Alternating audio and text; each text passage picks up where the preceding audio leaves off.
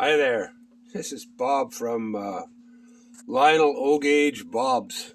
This is not so much about trains today, although I have my Santa Fe SD90 Mac from K-Line up here with me. This is about the rattling noise that was in my 2016 Kia Sorento that was there all winter long. Oh, it drove me crazy. Over the bumps, continued to rattle, rattle, rattle.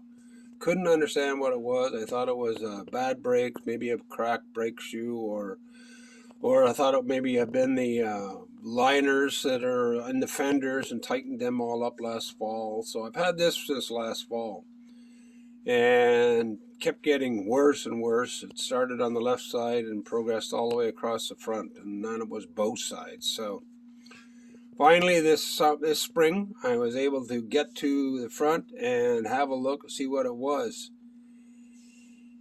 And I determined that it was the link pins that go from the sway bar to the strut arm in the front of the car. After much consternation and trying to figure out what it was, I finally changed them. Each one cost me $50 Canadian.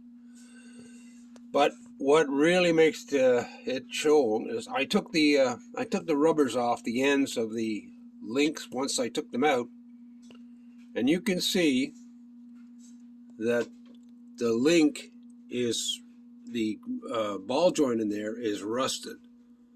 There's no grease in there, and they move back and forth real easy.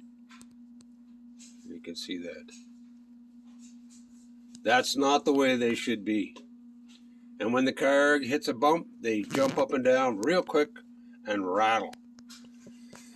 So if you're having a rattling noise in front of your Kia or in front of any of your cars, check your anti-sway bar link pins.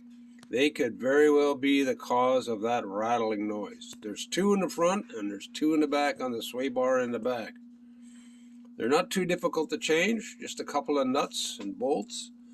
You have to hold the end of the pin though, because you can see it's got a hexagonal head on it, there you go, a hexagonal head on it.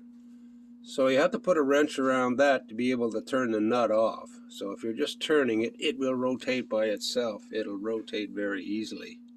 Difficult to see, we'll try and get a better angle, but there it's rotating just like that. And when you're turning the nut to try and get it off, it'll rotate. So you have to hold the end of it with another little wrench. Anyway, I hope this helps somebody. Other than me, I spent 6 months trying to figure out what it was. Probably should have gone to the dealer and he might have figured it out a lot sooner. But you can see the other end is it's very, very difficult to move. That's because there's some grease in the cups there. You can see the grease in there. You can see the color of the gray grease in there. The new ones come with a grease nipple insert in them. I tried to see if there was a possibility of installing grease nipples in this one, and I drilled holes in them to see if it was possible to get a grease nipple in there, but it's not. You can see it move around inside there when I do that. So if you put a grease nipple in there, it would then rub up against that ball joint and create a defect in that ball joint right off the bat. So they're not recoverable. Too bad.